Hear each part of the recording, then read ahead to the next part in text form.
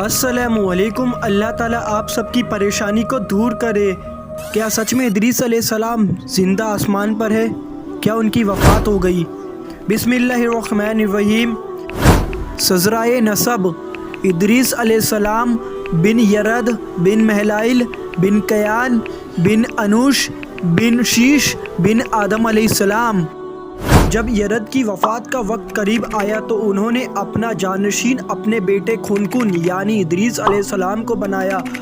اللہ تعالیٰ نے آپ کو اپنے زمانے کے تمام انسانوں کے لیے نبی بنا کر بھیجا اور شیش علیہ السلام کے بعد آپ کو ہی نبوت عطا ہوئی۔ آپ پر 30 صحیفے نازل ہوئے۔ قرآن مجید میں سورہ مریم میں اللہ تعالیٰ نے ارشاد فرمایا ہے کہ اور یاد کرو ادریس کو، بے شک وہ صدیق اور غیب کی خبر دینے والے تھے اور ہم نے انہیں بلند مقام پر اٹھا لیا۔ اللہ تعالیٰ نے آپ کو صدیقیت کے لقب سے نوازا اور آپ کو صالح نبی کے نام سے پکارا۔ آپ کا نسب حضرت محمد صلی اللہ علیہ وسلم سے جا کر ملتا ہے۔ آپ کی پیدائش حضرت آدم علیہ السلام کے زمانے میں ہی ہو گئی تھی۔ آپ نے آدم علیہ السلام کی زندگی 308 سال تک دیکھی۔ قلم سے لکھنے کی شروعات اور علم رمل کی ایجاد آپ نے ہی کی۔ آپ قلم سے لکھنے والے پہلے شخص ہیں۔ اس کے علاوہ آپ نے علم رمل ایجاد کیا۔ یہ ایک علم ہے جس میں زمین پر لکیریں کھینچ کر چھپی جاتی ہے اور چھپی ہوئی باتوں کے بارے میں معلوم کیا جاتا ہے۔ اس سے متعلق ایک حدیث میں ہے کہ محمد صلی اللہ علیہ وسلم سے جب علم رمل کے بارے میں پوچھا گیا تو آپ نے فرمایا کہ یہ ایک پیغمبر تھے جو ریت پر خط کھینچا کرتے تھے، بس جس کا خط ان کے مطابق ہو جایا کرتا تھا اسے اچھی چیزوں کا علم ہو جاتا تھا۔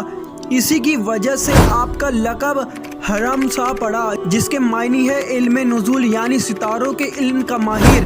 کپڑے کو سی کر پہننا آپ نے ہی بتایا۔ آپ نے ہی سب سے پہلے کپڑے کو سی کر پہنا۔ اس سے پہلے جسم چھپانے کے لیے جانور کی کھال اور اون کی چادر جسم چھپانے کے لیے استعمال کی جاتی تھی۔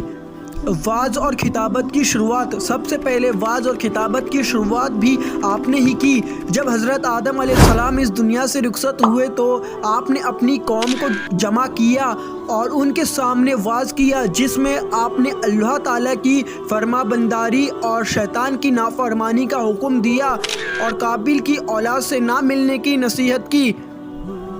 اس طرح آپ نے باقاعدہ وعظ کرنے کی بنیاد ڈالی۔ نیک عمل میں پہلے رہتے تھے آپ۔ ایک بار آپ کا دوست فرشتہ آپ کے پاس وحی لے کر آیا کہ کل اولاد آدم کے برابر آپ کے اعمال ہیں۔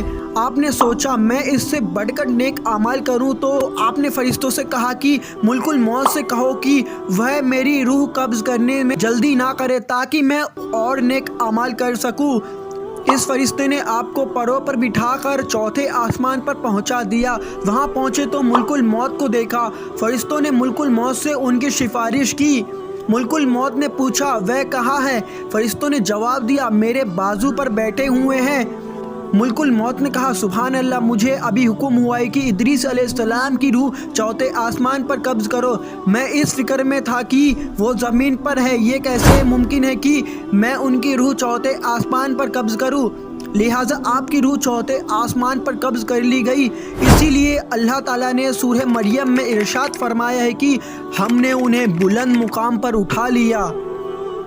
کچھ علماء کرام کا ماننا ہے کہ ان کی روح قبض نہیں کی گئی بلکہ وہ زندہ ہی آسمان پر ہیں۔ حضرت ادریس علیہ السلام کے وارث: حضرت ادریس علیہ السلام کے بعد ان کے بیٹے متوشلخ ان کے جانشین بنے۔ یہ اپنے باپ دادا کے طریقے پر چلے۔ متوشلخ نے 135 سال کی عمر میں اربا بنت عزازیل سے شادی کی، جن سے ان کے بیٹے لمک پیدا ہوئے۔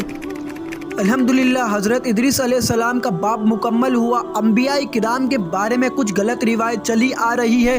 ہماری کوشش ہے کہ صحیح معلومات آپ تک پہنچائی جائے۔ جو تاریخ کا حصہ آپ تک پہنچایا گیا اس میں بھی یہ احتیاط برتی گئی ہے کہ باقی سب کچھ بہتر جاننے والا اللہ ہے۔